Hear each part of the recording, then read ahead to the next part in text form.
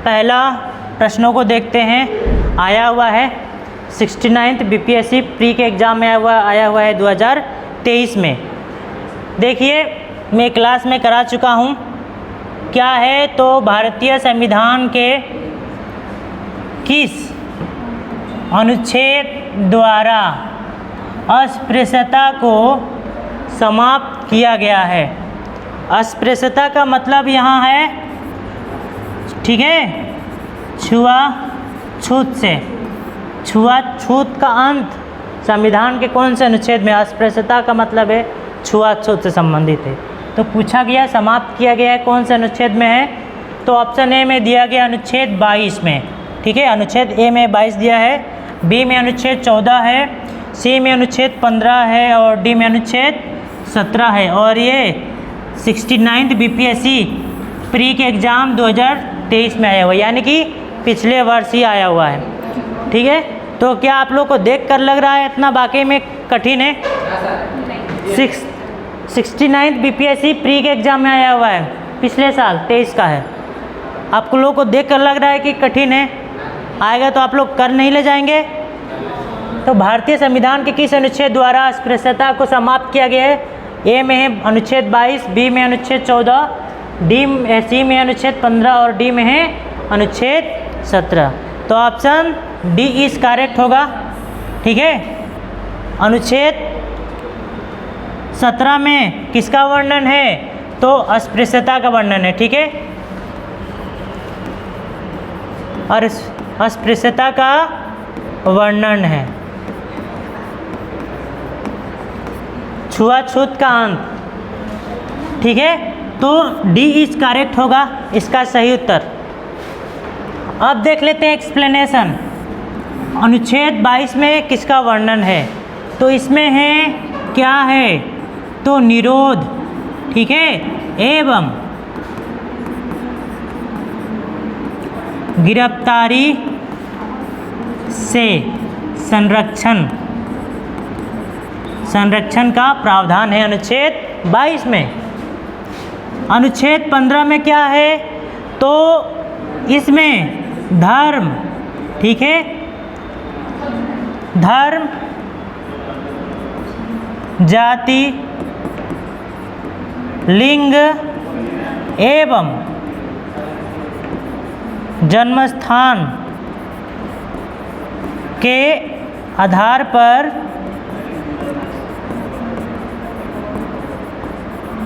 भेदभाव नहीं किया जाएगा। तो अनुच्छेद 15 में इसका वर्णन है। अनुच्छेद क्या है बाबू? तो इसमें है समता का अधिकार, ठीक है। तो ये समता से संबंधित है, समानता का अधिकार इसमें है, यानी कि सभी एक बराबर हैं हमारे सामने। तो सही उत्तर कौन सा होगा? ऑप्शन डी होगा। अस्पृश्यता का अनुच्छेद 17 में इसका जिक्र है और पिछले ही वर्ष पूछा गया है बीपीएससी के एग्ज़ाम में। तो क्या वाकई में कठिन है? बहुत ही इजी है। और ऐसे ही मॉडरेट कह लीजिए या इजी कह लीजिए प्रश्न आते हैं। नॉट ओनली बीपीएससी, कोई भी एग्ज़ाम दीजिए जहाँ से पॉलिटी के प्रश्न आते हों, सभी में जो प्रश्न रहता है मॉडरेट रहेगा या तो इजी रहेगा, कठिन तो नहीं रहेगा। अगर आ भी जाता है तो उसे भी आप लोग हल कर ले जाएंगे। तो इसका सही उत्तर होगा डी। आगे बढ़ते हैं। आप लोग वैसे ही नोट्स बनाते चलेंगे चारों ऑप्शन का एक्सप्लेनेशन के साथ। चलिए अगला देखिए आप लोग ध्यान से। भारतीय संविधान में राज्य के नीति निर्देशक सिद्धांत की अवधारणा किस देश के संविधान से ली गई थी? ठीक पूछा है।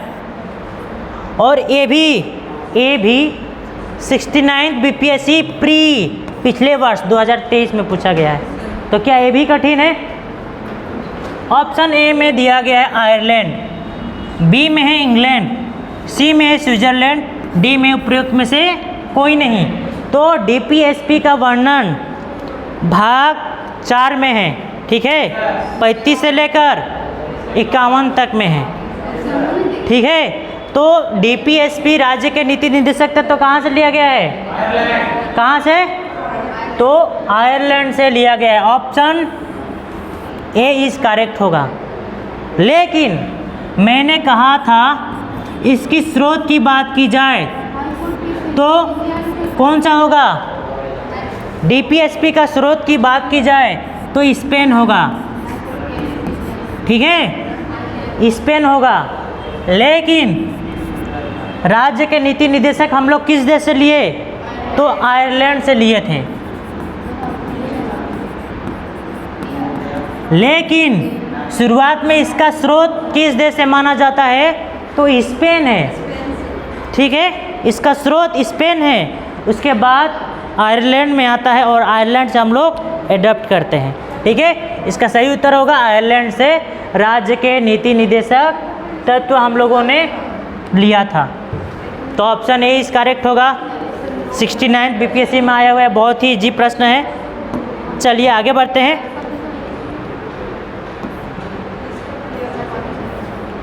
आप लोग ध्यान से देखेंगे, जवाब देंगे, ठीक है। अगला देखते हैं, सिक्किम भारतीय संघ का संपूर्ण राज्य बन गया। सिक्किम भारतीय संघ का संपूर्ण राज्य बन गया कब? ए में है 1976 में, बी है 1974 में और सी है 1975 में।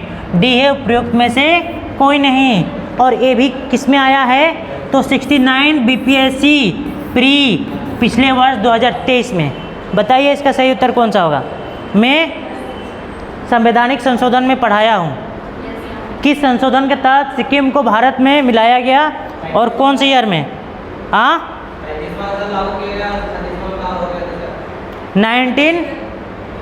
36वां संविधान संशोधन था ना? 36वां संविधान संशोधन 1975। सी इज करेक्ट होगा। मैं आप लोगों को क्लास में पढ़ाया था उस दिन, ठीक है।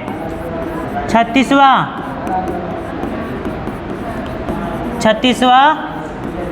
संविधान संशोधन 1975 में क्या कर दिया गया? तो बाबू सिक्किम को क्या किया गया? सिक्किम को भारत में शामिल कर दिया गया, ठीक है। तो ऑप्शन सी इस करेक्ट होगा। क्या ये भी कठिन था? 2023 का प्रश्न है, ठीक है। Option C is correct. इसीलिए संवैधानिक संशोधन में आप लोग को पढ़ाया था। आगे बढ़ते हैं, अगला देखते हैं कौन सा है।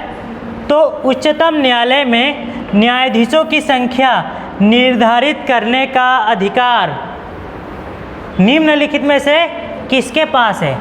ऑप्शन ए में है संसद, बी में है राष्ट्रपति, सी में है राज्य के मुख्यमंत्री और डी में है प्रधानमंत्री।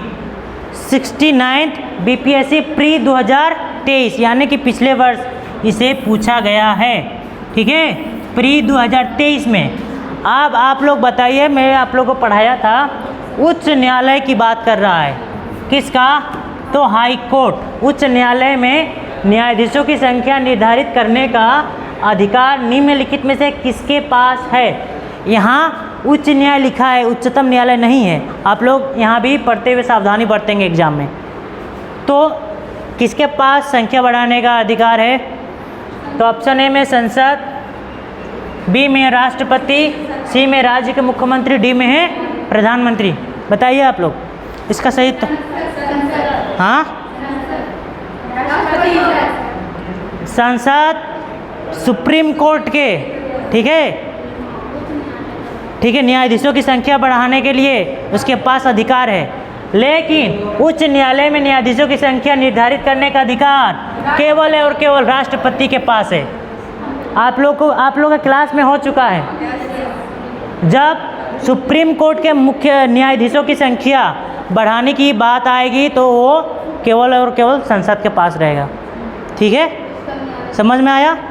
सुप्रीम कोर्ट के मामले में संसद के पास रहेगा, उच्च न्यायालय के मामले में राष्ट्रपति के पास रहेगा। ऑप्शन दूसरा सही होगा। और ये प्री 69 बीपीएससी में आया हुआ है, सबसे सरल प्रश्न है, ठीक है। बात करें संसद की तो इसका वर्णन कितना में है? तो 79 में है। ठीक है, कि संसद का गठन से संबंधित होगा। 80 और 81 में लोकसभा राज्यसभा का वर्णन है। राज्य की मुख्यमंत्री की बात की जाए 164 में इसका वर्णन है कि राज्य का एक मुख्यमंत्री होगा और राज्यपाल उसे क्या करेगा? तो शपथ दिलाएगा। वही प्रधानमंत्री का वर्णन कितना में है? 70 अनुच्छेद 75 में है। 75 में इसका वर्णन है कि भारत का प्रधानमंत्री को नियुक्ति राष्ट्रपति करेगा और राष्ट्रपति के सलाह एवं परामर्श से मंत्री परिषद का गठन किया जाएगा और मंत्रियों को कौन? तो राष्ट्रपति नियुक्त करेगा। तो ऑप्शन कौन सा सही होगा? ऑप्शन बी इस करेक्ट होगा। उच्च न्यायालय में न्यायाधीशों की संख्या निर्धारित करने का अधिकार, ऑप्शन डी इज करेक्ट। आगे बढ़ते हैं। बहुत ही इजी आया हुआ है और हम लोग का टारगेट है क्या? तो 7th BPSC है और ये कठिन नहीं है, ये बिल्कुल कठिन नहीं है। पॉलिटी का प्रश्न 10 में से 9 आप लोग सही कर ले जाएंगे, भूल से भी अगर एक गलती हो गया तो।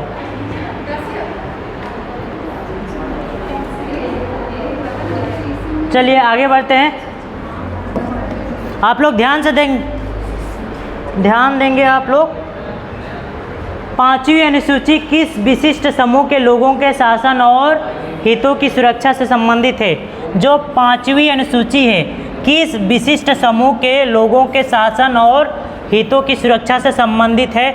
ऑप्शन ए में है भाषाई अल्पसंख्यकों के, बी में अनुसूचित जाति और सी में धार्मिक अल्पसंख्यक, डी में अनुसूचित जनजाति। ये भी 69 BPSC प्री 2023 यानी कि पिछले वर्ष पूछा गया है और ये भी बहुत इजी प्रश्न है। इसका सही उत्तर कौन सा होगा? हाँ, ठीक से पढ़िए, ठीक से पढ़िए आप लोग। हाँ, तो 5वीं अनुसूची में किसका वर्णन है? जो अनुसूचित जनजाति हैं, अनुसूचित जनजाति के शासन प्रशासन संबंधित चीज़ों से संबंधित है। ठीक है, तो ऑप्शन डी इस करेक्ट होगा, अनुसूचित जनजाति। ठीक है, ये उन लोगों के शासन संबंधित चीज़ों के हितों की रक्षा करने के लिए, ठीक है, 5वीं अनुसूची क्या है? तो बनाया गया है। 69 BPSC, ऑप्शन डी इस करेक्ट होगा। आप लोग बता दीजिए कि कठिन है ये भी। आप लोग जी है, नहीं है, नहीं, ठीक है, और सूचित होगा। ठीक है, तो डी करेक्ट इसका सही उत्तर है।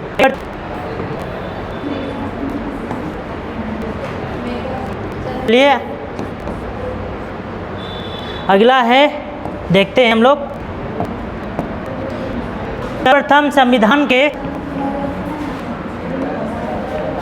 भारतीय सर्वोच्च न्यायालय ने किन मुकदमों में सर्वप्रथम संविधान के मूल ढांचे का सिद्धांत दिया है?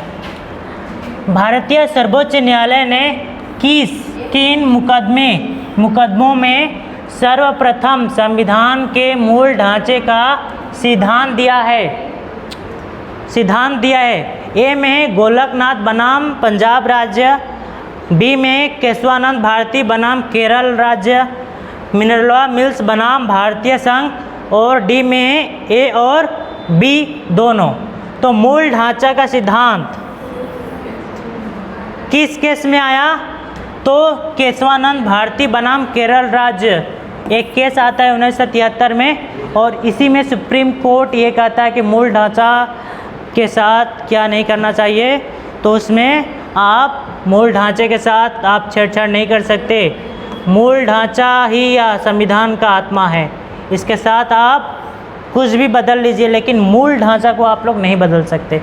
ये सिद्धांत दिया गया था केशवानंद भारती बनाम केरल राज्य में।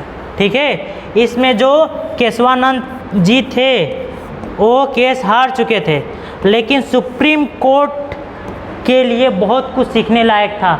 संविधान के मूल्यों की रक्षा करने के लिए बहुत बड़ा चीज़ें इसमें छिपी हुई थी और सुप्रीम कोर्ट को लगा नहीं, इसमें कुछ चीज़ें देनी चाहिए। तो मूल ढांचा के सिद्धांत उन्हीं केस में आया, उसी केस में केशवानंद भारती बनाम केरल राज्य में। ऑप्शन बी दूसरा सही होगा।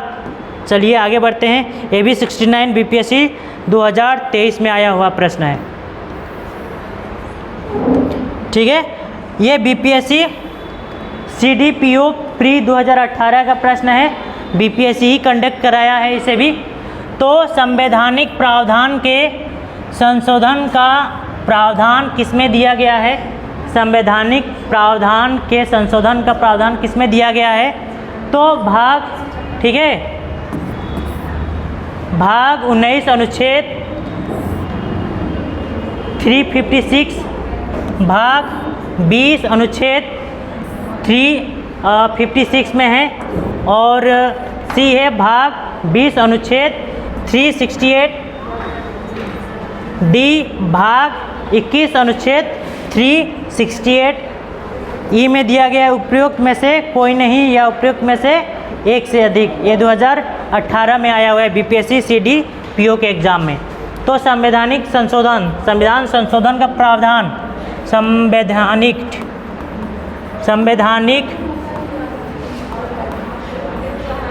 संशोधन, संवैधानिक संशोधन का प्रावधान किस अनुच्छेद में है?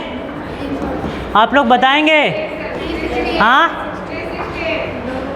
368 तो है। कौन सा भाग? हाँ, क्या पिटान खाओगे आप?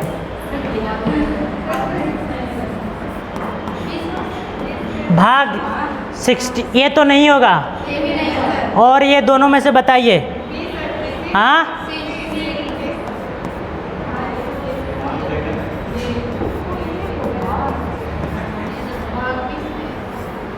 ऑप्शन सी इज करेक्ट होगा इसका सही उत्तर। ठीक है, ये बता दीजिए। ये भी कठिन है। हाँ, बताइए। ये भी कठिन है, बहुत ही इजी है, बहुत। ठीक है, आगे बढ़ते हैं। सी इज करेक्ट होगा इसका सही उत्तर। आप लोग ध्यान से देखेंगे, इसे देखने मात्र से ही उद्धार हो जाएगा आप लोग का। मैं ऐसे कई लोगों को जानता हूँ जो, ठीक है, 6-7 दिन पढ़कर एग्ज़ाम सही कर ले गए हैं। ये इतने ही काफ़ी है। पॉलिटिकल जो चीज़ें हैं बहुत ही सरल है, बशर्ते इसके फ्रेम को समझना पड़ेगा। अगला देखते हैं, स्वतंत्रता, समानता और भ्रातृत्व की प्रेरणा कहाँ से आई है? तो अमेरिका क्रांति से, अमेरिकी क्रांति से। बी है फ्रेंच की क्रांति से। ठीक है, सी में है रूसी क्रांति से, और डी है चीनी क्रांति से। ई है उपयुक्त में से कोई नहीं या उपयुक्त में से एक से अधिक। तो स्वतंत्रता है, समानता है, भ्रातृत्व की जो भावना है, किस क्रांति से प्रेरित है? तो किस क्रांति से प्रेरित है आप लोगों को पता है? हाँ, तो स्वतंत्रता, समानता और भ्रातृत्व की भावना या बंधुत्व की भावना किस क्रांति से प्रेरित है? तो किस क्रांति से प्रेरित है? हाँ, देखिए आया हुआ ये प्रश्न 2018 का प्रश्न है। ये तीनों फ्रेंच की क्रांति से संबंधित है। बंधुत्व की भावना जो प्रेम्बल में, प्रस्तावना में, बंधुत्व की भावना ये फ्रांस की क्रांति से है, और उसमें स्वतंत्रता, समानता और भ्रातृत्व या बंधुत्व की भावना फ्रांस की क्रांति से लिया गया है। ठीक है, फ्रांस की क्रांति से लिया गया है। स्वतंत्रता, स्वतंत्रता,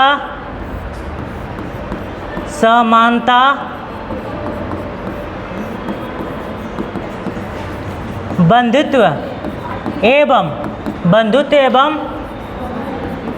भ्रातृत्व की भावना ये फ्रेंच या फ्रांस की क्रांति से लिया गया है। रूसी क्रांति से क्या लिया गया है? क्या? तो सामाजिक,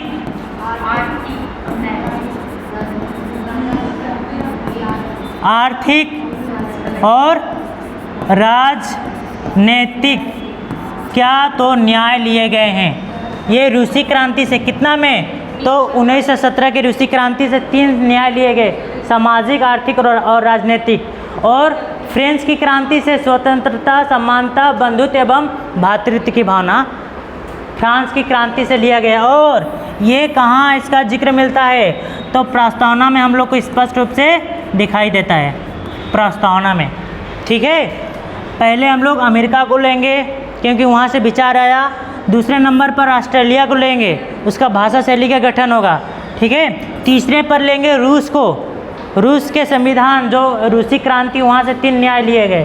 फिर फ्रांस, यानी कि कुछ देशों का जो सामग्री है संविधान का, हमारे पूर्वज जो संविधान को बनाया, लिखा, उन लोगों ने इसी प्रस्तावना में, प्रस्तावना संविधान का संपूर्ण सार है और यहीं पर उन चीज़ों को सम्मिलित कर दिया। ठीक है, यहीं पर हम लोग को मिल जाएगा कि भारत का संविधान कैसा है। तो ये सब इन क्रांति से लिए गए हैं। ऑप्शन बी इज करेक्ट होगा, इसका सही उत्तर होगा बी, फ्रेंच की क्रांति से लिया गया है। ठीक है, तो ये भी कठिन नहीं है, बहुत ही मॉडरेट है या इजी है। मैं जानता हूँ आप लोग कन्फ्यूजन में आ गए होंगे, लेकिन आप लोग थोड़ा सा भी दिमाग लगाए होते तो इसी से आप लोग उत्तर निकाल दिए होते। भ्रातृत्व की भावना मतलब क्या? बंधुत्व तो होता है ना, और मैं आप लोगों को क्लास में बताया था ये फ्रांस की क्रांति से लिया गया, फ्रांस से। यहाँ इसमें भले आप लोग कंफ्यूज हो गए होते, लेकिन इससे आप लोग सही उत्तर की तक पहुँच गए होते। भ्रातृत्व की भावना या बंधुत्व की भावना ये फ्रांस की क्रांति से लिया गया है। समझ में आया?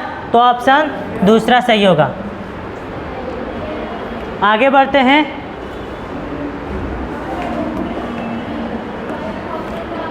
भारत का संविधान किसके द्वारा ग्रहण किया गया है? ऑप्शन ए में है, ये भी बीपीएससी सीडीपीओ प्री 2018 में है, क्योंकि बीपीएससी ने एग्ज़ाम कंडक्ट कराया है, तो बीपीएससी के अंतर्गत जितने भी एग्ज़ाम आएंगे उसे हल्के में नहीं लिया जा सकता, क्योंकि इसका नेचर ही बताता है कि बीपीएससी का आगे का पैटर्न क्या है। तो सीडीपीओ में आया हुआ है और ये बीपीएससी कराया है, तो संभावना है कि आगे किसमें, तो बीपीएससी प्री 2024 या 25 के एग्ज़ामों में ऐसा ही कुछ डाल दे। तो भारत का संविधान किसके द्वारा ग्रहण किया गया? ऑप्शन ए में गवर्नर जनरल, बी में ब्रिटिश संसद, सी है संविधान सभा और डी है भारत का संसद। तो भारत का संविधान किसके द्वारा ग्रहण किया गया?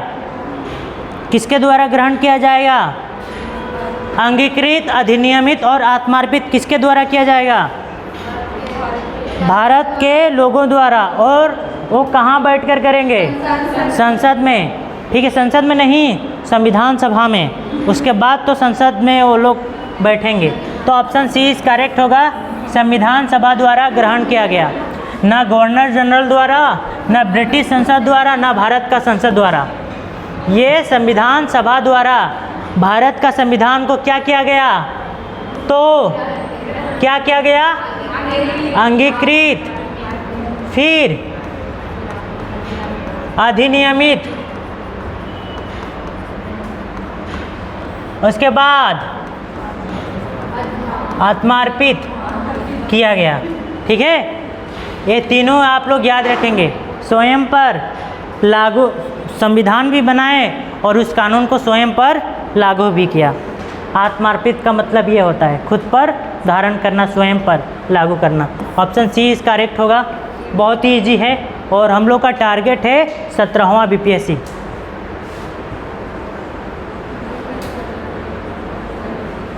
इसका बताएंगे आप लोग। भारत के संविधान की जो प्रस्तावना है, प्रस्तावना में निम्नलिखित में से किस एक को पहले मुख्य रूप से सम्मिलित नहीं किया गया था? तो ऑप्शन ए में है स्वतंत्रता और समानता, बी में धर्मनिरपेक्ष और प्रजातंत्र, सी में है समाजवाद और समानता, डी में समाजवाद और धर्मनिरपेक्ष। तो भारत के संविधान की प्रस्तावना में निम्नलिखित में से किस एक को पहले की बात कर रहा है, पहले मुख्य रूप से सम्मिलित नहीं किया गया था? ये क्या है? प्रस्तावना है। पूछा क्या है कि मूल संविधान में पहले मुख्य रूप से किसे शामिल नहीं किया गया था? तो कौन है?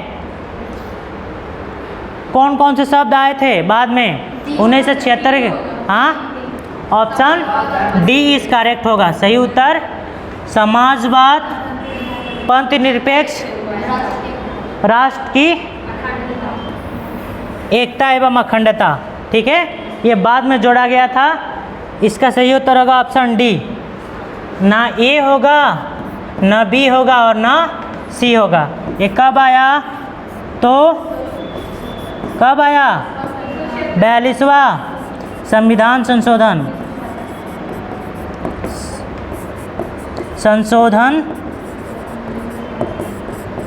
1976 में आता है। ठीक है, उसके बाद फिलअप हो जाएगा और यहीं से प्रश्न पूछता है, पहले और बाद में। ठीक है, ये बहुत ही मज़ेदार पॉइंट है और यहीं से बार बार एग्ज़ाम में घुरा फिरा कर पूछ दिया जाता है। अगला देखते हैं, संवैधानिक उपचार का अधिकार किसके अंतर्गत आता है? संवैधानिक उपचार किसके अंतर्गत आता है पूछा गया है, किसके अंतर्गत आता है? ऑप्शन ए में मौलिक अधिकार, बी में कानूनी अधिकार, सी में संवैधानिक अधिकार और डी में प्राकृतिक अधिकार। तो संवैधानिक उपचार का वर्णन, ठीक है, का वर्णन अनुच्छेद 32 में है। ठीक है, 32 में है और ये किसके अंतर्गत आता है? मौलिक अधिकार के अंतर्गत आता है या कानूनी अधिकार या संवैधानिक अधिकार या प्राकृतिक अधिकार? बताइए। मौलिक अधिकार के अंतर्गत आता है। Option A is correct. ये कौन से भाग में आता है? मौलिक अधिकार के भाग की जाए तो भाग 3 में इसका वर्णन है। कितना से कितना तक?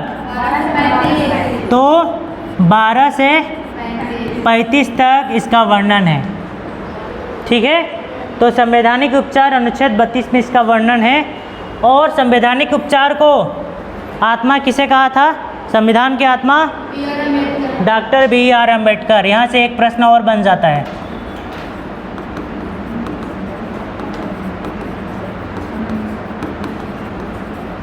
ठीक है, यहाँ से 2-3 प्रश्न बन गया है।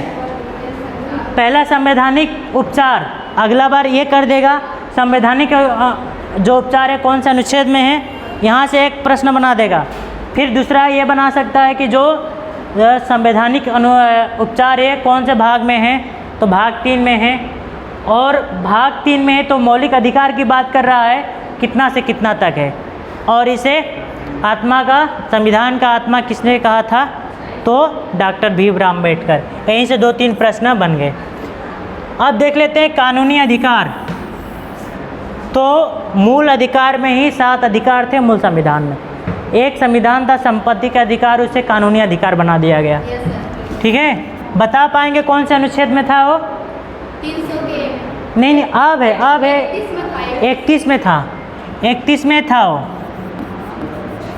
अनुच्छेद 31 में संपत्ति का अधिकार का वर्णन था, लेकिन उसे अब क्या कर दिया गया है? तो उसे अब 300 क्लोज ए में बैठा दिया गया है। अब वो मौलिक अधिकार नहीं है बल्कि कानूनी अधिकार है। संवैधानिक अधिकार, ठीक है, और प्राकृतिक अधिकार। मैं शुरू में ही पॉलिटिकल क्लास शुरू हुआ था, मैं बताया था प्राकृतिक अधिकार में कौन कौन से तथ्य आते हैं। ठीक है, और संवैधानिक अधिकार, इसमें मूल रूप से संस्थाएं आ जाएंगी। तो हम लोगों को पूछा है संवैधानिक उपचार का अधिकार किसके अंतर्गत आता है? तो मौलिक अधिकार। Option A is correct. आगे बढ़ते हैं, चलिए। तो क्या सच में कठिन है? हाँ, कठिन वो है कितना? 2 घंटा का समय मिलता है एग्जाम में। 2 घंटा का प्रेशर झेलना कठिन होता है। कितना प्रश्न होता है? बीपीएससी में तो 150। जो 2 घंटा का यूपीएससी में तो 2 घंटा है, बीपीएससी में भी 2 घंटा है ना? हाँ, 2 घंटा है। तो 2 घंटा है तो 2 घंटा का प्रेशर झेलना ही मुश्किल हो जाता है। बहुत प्रेशर रहता है, भयानक रूप से प्रेशर रहता है। फिर आएगा सिग्नेचर मारिए, ठीक से गोला को भरिए, कई प्रकार के प्रेशर रहते हैं। और जहाँ आपका इंटेंशन थोड़ा अलग हुआ तो आपका पूरा का पूरा पता चला 10-15 पूरा सही कर ले गए। और उसी के खुशी में आप लोग पूरा का पूरा एग्ज़ाम को चौपट कर लेते हैं। तो ये 2 घंटा का प्रेशर को झेलना बहुत मुश्किल होता है, प्रश्नों को झेलना उतना मुश्किल नहीं है। अगला देखते हैं, केंद्र शासित प्रदेश के मुख्यमंत्री जहाँ पर इस तरह का प्रावधान है किसके द्वारा नियुक्त किए जाते हैं? किसके द्वारा नियुक्त किए जाते हैं? ऑप्शन ए में है राष्ट्रपति, बी में है प्रधानमंत्री, सी में उपराष्ट्रपति, डी में है उपराज्यपाल, लेफ्टिनेंट गवर्नर। तो केंद्र शासित प्रदेश के मुख्यमंत्री के बारे में बात की गई है। केंद्र शासित प्रदेश के मुख्यमंत्री जहाँ पर यह प्रावधान है तो किसके द्वारा नियुक्त किए जाते हैं? जो यूटी हैं अमूमन राज्यों में राज्यपाल द्वारा नियुक्त किए जाते हैं, लेकिन जो केंद्र शासित प्रदेश है वहाँ पर मुख्यमंत्रियों का नियुक्ति राज्यपाल द्वारा नहीं बल्कि राष्ट्रपति द्वारा नियुक्त किए जाते हैं। Option A is correct. ठीक है, जैसे कि सिर्फ दो ही हैं, दिल्ली और पुडुचेरी। दिल्ली और पुडुचेरी के जो मुख्यमंत्री हैं, दिल्ली और पुडुचेरी के मुख्यमंत्री हैं, इन्हें कौन नियुक्त करेगा? तो इन्हें मुख्यमंत्री हैं, इन्हें कौन नियुक्त करेगा? तो इन्हें राष्ट्रपति नियुक्त करेगा, क्योंकि इन 2 राज्यों में क्या है? तो विधानसभाएं हैं और मुख्यमंत्री भी होते हैं, तो इसका नियुक्ति राष्ट्रपति करेगा। समझ में आया? भारत का एक राष्ट्रपति होगा, कौन सा अनुच्छेद में है? हाँ, 52 में, अनुच्छेद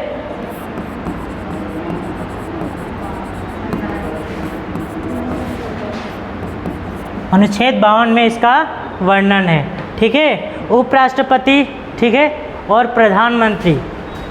राज्यों का जो राज्यपाल होता है राज्य के मुख्यमंत्रियों को नियुक्ति करता है, लेकिन केंद्र शासित प्रदेश के मुख्यमंत्रियों को नियुक्ति कौन करता है? तो राष्ट्रपति करता है, और केवल दिल्ली और पुडुचेरी के मुख्यमंत्रियों को, बाकी राज्यों के मुख्यमंत्रियों को वहाँ के राज्यपाल नियुक्त करते हैं।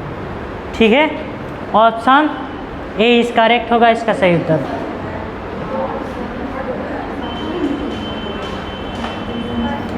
लेफ्टिनेंट गवर्नर का, उपराज्यपाल का सबसे ज़्यादा पावर होता है केंद्र शासित प्रदेशों में, मुख्यमंत्री का भी बात नहीं सुना जाता है। जो दिल्ली के मुख्यमंत्री हैं उन्हें वार्ड चेयरमैन कहा जाता है। मुख्यमंत्री बहुत से राज्य, जैसे कि असम के मुख्यमंत्री हिमंत बिस्वा शर्मा, उनके वार्ड चेयरमैन के रूप में मैंने संबोधित करते हैं, मुख्यमंत्री मानते ही नहीं है, क्योंकि यूटी के मुख्यमंत्रियों का पावर एकदम ना के बराबर सीमित रहता है, क्योंकि पुलिस भी उसका बात नहीं मानती है, पुलिस केंद्र सरकार की बात मानती है, क्योंकि वो यूटी है। बहुत से जगहों पर मुख्यमंत्री के बात नहीं माने जाते हैं। समझ में आया? वहाँ लेफ्टिनेंट गवर्नर, उपराज्यपाल का पावर रहता है सबसे ज़्यादा। समझ में आया? अगला देखते हैं, बीपीएससी सीडीपीओ प्री 2018 का ये प्रश्न है, भारत के संसद का व्यय किसके द्वारा नियंत्रित किया जाता है? तो ऑप्शन ए में राष्ट्रपति, बी में नीति आयोग, सी में वित्त आयोग और डी में नियंत्रक एवं महालेखा परीक्षक। जो भारत के संसद का व्यय है इसका लेखा जोखा कौन करता है? तो नियंत्रक एवं महालेखा परीक्षक करता है। सिर्फ लेखा जोखा करेगा कि कितनों पैसों का, जितना पैसा आवंटित किए गए थे इस योजना के लिए, इस चीज़ को बनाने के लिए, वो पैसा सही जगह खपत हुआ है कि नहीं, उसका सिर्फ लेखा जोखा करता है। तो यहाँ क्या पूछा है? नियंत्रित करने का। नियंत्रित नहीं करता है बल्कि क्या करता है? तो लेखा जोखा हिसाब करता है, उसका विवरण रखता है, उस पर नियंत्रण नहीं करता है। तो डी भी नहीं होगा, क्योंकि इसका काम है सिर्फ नियंत्रण नहीं बल्कि हिसाब किताब रखना। जैसे कि मैं अंजलि को या प्रीति को मैं पैसा दे दिया 1 लाख रुपया, बोला कि अच्छा मूलभूत सुविधाएं उपलब्ध करा देना, तो फिर और एक, जैसे कि रूनी को मैं ले लिया कि मैं पैसा दिया हूँ, आप क्या करना, हिसाब रखना कि वो लोग कितना पैसा लगा रही है और कितना पैसा का मैंने दुरुपयोग कर रही है। तो आप सिर्फ लेखा जोखा करेंगे, उन लोगों पर नियंत्रण नहीं करेंगे और ना ही उसका कोई अधिकार रहेगा। तो ये तो नहीं होगा। नीति आयोग का काम दूर दूर तक नहीं है, ठीक है। नीति आयोग सिर्फ परामर्श देती है। उसके बाद वित्त आयोग भी नहीं होगा, होगा राष्ट्रपति, ऑप्शन ए इज करेक्ट। ठीक है, संसद के ए भी नहीं होगा, ठीक है, राष्ट्रपति नहीं होगा, ऑप्शन ई इज करेक्ट होगा। सॉरी, राष्ट्रपति भी नहीं होगा, उपयुक्त में से कोई नहीं, इसका सही उत्तर होगा उपयुक्त में से कोई नहीं, बल्कि नियंत्रण कौन रखता है, तो संसद रखता है। ठीक है, संसद का व्यय का किसके द्वारा नियंत्रित किया जाता है, तो स्वयं संसद द्वारा, संसद द्वारा नियंत्रित किया जाता है। ठीक है, उपयुक्त में से कोई नहीं होगा, ऑप्शन, ठीक है, उपयुक्त में से कोई नहीं या उपयुक्त में से एक से अधिक, इसमें वो ऑप्शन नहीं है, संसद इसका सही उत्तर होगा। ठीक है, राष्ट्रपति नहीं होगा। तो संसद ही क्या करेगा, तो स्वयं नियंत्रण रखेगा, क्योंकि उसका व्यय है, उसका पैसा है, उसका धनराशि है, तो वो क्या करेगा, स्वयं नियंत्रण रखेगा। और लेखा जोखा करने के लिए किसको पठा देगा, तो नियंत्रक एवं महालेखा परीक्षक को। तो ऑप्शन डी इसका ई इसका सही उत्तर होगा। ठीक है, चलिए आगे बढ़ते हैं।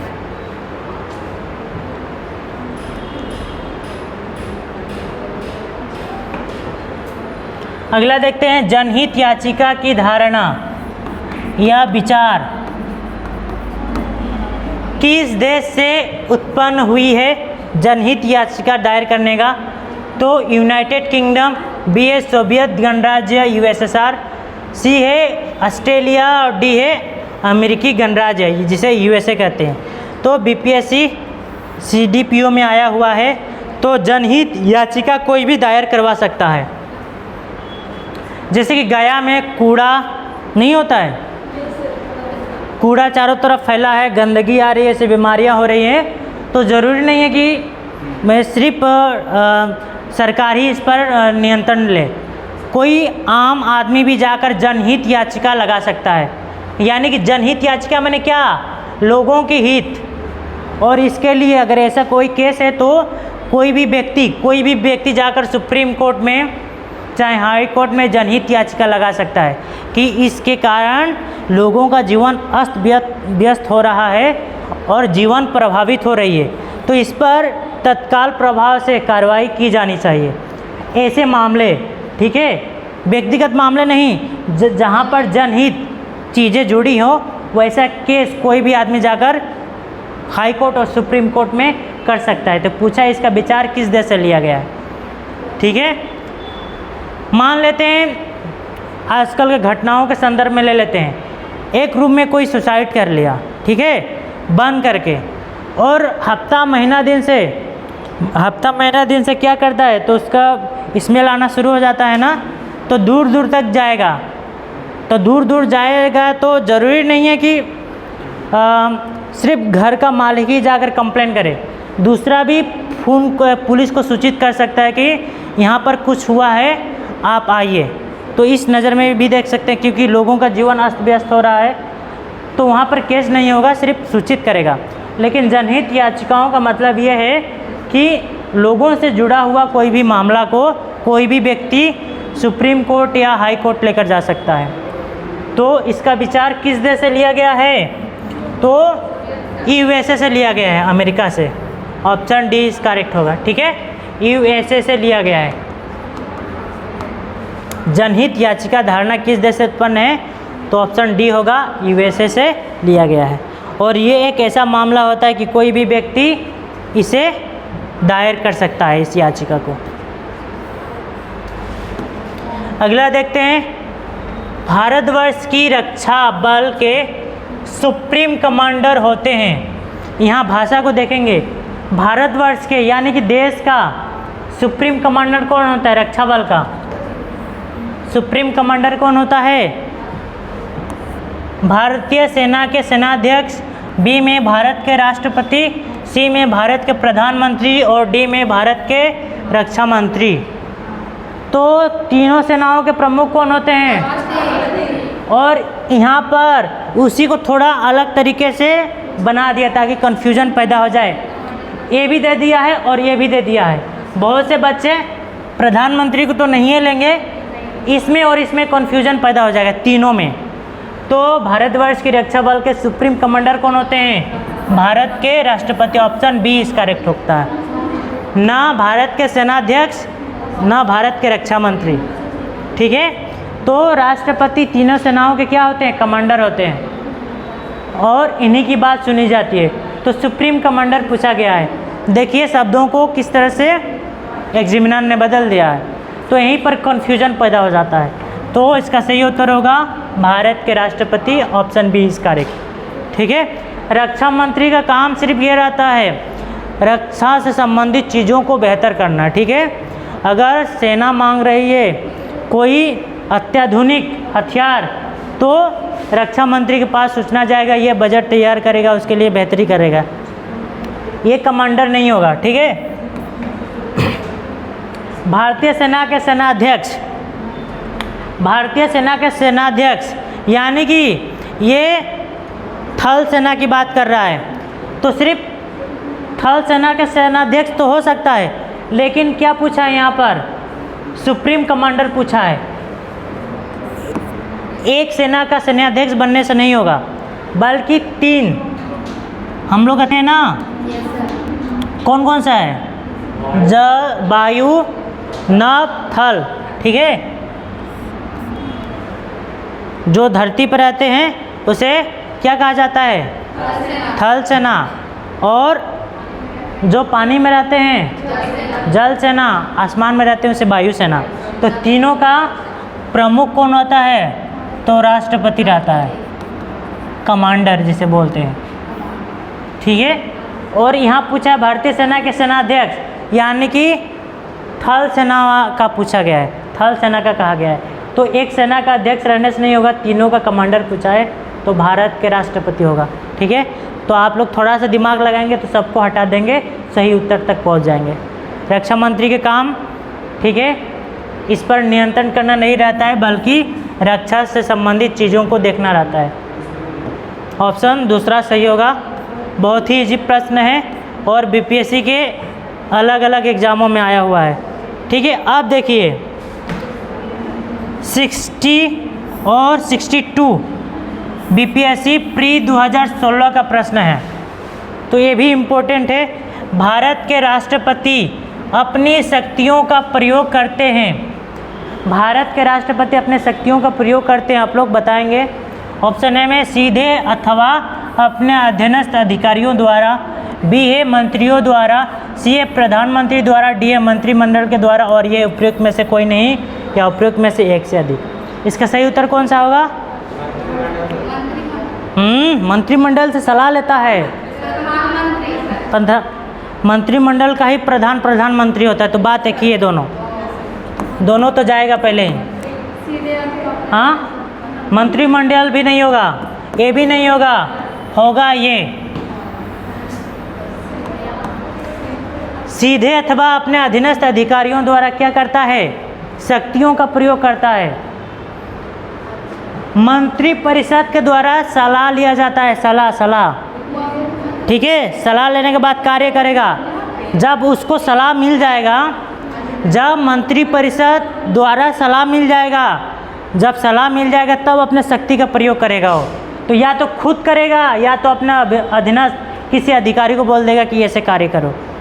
तो ऑप्शन ए इज करेक्ट होगा इसका सही उत्तर। ठीक है, मंत्रियों के द्वारा तो क्या होगा? ये तो नहीं होगा। प्रधानमंत्री द्वारा तो इसी के होता है मंत्री परिषद, जिसका प्रधानमंत्री होता है। तो इसका कार्य होता है सिर्फ सलाह देना, और मंत्रिमंडल उसी को बोलते हैं मंत्री परिषद। तो तीनों नहीं होगा, और उपयुक्त में से ये भी नहीं होगा।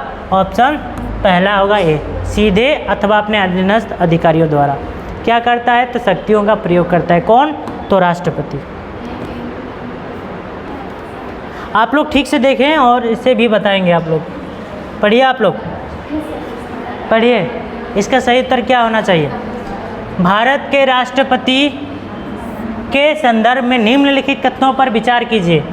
विचार करने के लिए कहा गया है, यानी कि स्टेटमेंट को ठीक से पढ़िए। भारत के संविधान के अनुसार 53 में उल्लेख है कि संघ की कार्यपालिका की शक्ति राष्ट्रपति में निहित होगी। ये तो सही है। ठीक है, दूसरा है राष्ट्रपति अपने पद पर आसीन होने के बाद 5 वर्ष के पद के लिए ग्रहण करेंगे। ठीक है, और तीसरा देखते हैं, भारत के संविधान के अनुच्छेद 60 में राष्ट्रपति पर महाभियोग की प्रक्रिया के बारे में उल्लेख है। ठीक है, कौन सा सही होगा? हाँ, क्योंकि महाभियोग का वर्णन 60 नहीं 61 में इसका वर्णन है। और तीसरा तो गलत होगा श्योर। अगर हम लोग मानते हैं इसे तो हम लोग पहचान गए कि ना ये गलत है, पहचाने इसके माध्यम से। तो पहले हम लोग को 3 को हटाएंगे, हम लोग को पता नहीं है दोनों सही है या नहीं है। पहले 3 जहाँ जहाँ इसको पहले ख़त्म करेंगे। ठीक है, भारत के अनुच्छेद 53 में किसका वर्णन? तो कार्यकारी शक्ति राष्ट्रपति में निहित होगा, ये भी सही है। और राष्ट्रपति अपने पद पर आसीन होने के बाद 5 वर्ष तक रहते हैं, ये भी सही है। तो ऑप्शन दूसरा सही होगा, 20 करेक्ट। केवल 1 और 2 सही उत्तर होगा। ठीक है, समझ में आया? तो इसीलिए स्टेटमेंट को सही से पढ़ना चाहिए। 1 और 2 सही है, तीसरा गलत है। आगे बढ़ते हैं, चलिए पढ़िए और बताइए। ये भी 48 to 52 बीपीएससी प्री एग्ज़ाम 2008 का ये आया हुआ प्रश्न है। यदि राष्ट्रपति एवं उपराष्ट्रपति का पद खाली हो तो भारत के राष्ट्रपति के कौन होता है? कौन होता है बताइए इसका सही उत्तर। ऑप्शन ए में है प्रधानमंत्री, बी में भारत का मुख्य न्यायाधीश, सी में लोकसभा अध्यक्ष और डी इनमें से कोई नहीं। हाँ हाँ, ऑप्शन कौन होगा सही उत्तर? तो option B is correct. Bharat का मुख्य न्यायाधीश पद पर खाली हो माने क्या होगा? तो आसीन हो जाएगा। ठीक है,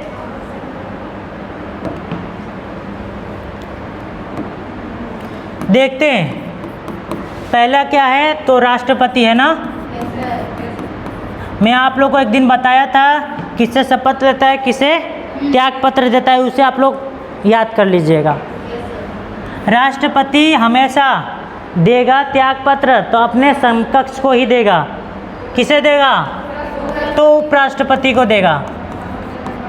ठीक है, और अगर उपराष्ट्रपति और राष्ट्रपति और उपराष्ट्रपति दोनों ना हो तो उस स्थिति में जो भारत के मुख्य न्यायाधीश होंगे, भारत के यानी कि सुप्रीम कोर्ट के जो सीजीआई होंगे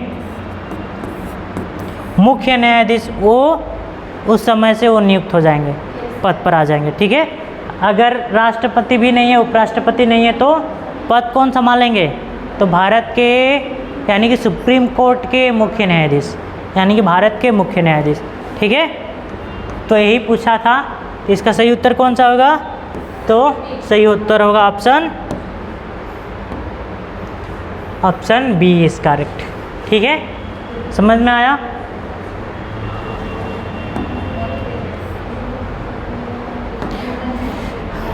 अगला देखिए, पढ़िए और इसका भी सही उत्तर दीजिए। ये भी पीटी का एग्ज़ाम है, बीपीएससी में आया हुआ है। एक विधेयक जो संसद में प्रस्तुत किया जाता है कौन सी क्रिया के बाद अधिनियम बन जाता है? एक विधेयक जो संसद में प्रस्तुत किया जाता है कौन सी क्रिया के बाद अधिनियम बन जाता है? अधिनियम माने क्या? तो कानून। अधिनियम के बाद अधिनियम बन जाता है यानी कि कानून बन जाता है। तो ऑप्शन ए में है जब वह संसद के दोनों सदनों के द्वारा पारित हो जाता है, जब राष्ट्रपति अपनी सहमति दे देता है, सी में जब प्रधानमंत्री इस पर हस्ताक्षर कर देता है, डी में जब सर्वोच्च न्यायालय इसे केंद्रीय संसद के अधिकार क्षेत्र में होने का घोषित करता है। तो एक विधेयक संसद में प्रस्तुत किया जाता है, कौन सी क्रिया के बाद अधिनियम बन जाता है? हाँ, राष्ट्रपति के हस्ताक्षर के बाद क्या बन जाता है? वो विधेयक वो कानून बन जाता है। ठीक है, तो दोनों सदनों के पारित होने के बाद किसकी अपेक्षा की जाती है? राष्ट्रपति के पास भेजा जाता है, सहमत होगा, उसके बाद सिग्नेचर देगा, नहीं तो लौटा भी सकता है। ऑप्शन बी इज करेक्ट होगा इसका सही उत्तर। ठीक है, तो ये भी आया हुआ है प्री एग्ज़ाम बीपीएससी के 2018 का है, तो इसे भी हम लोग को देखना है।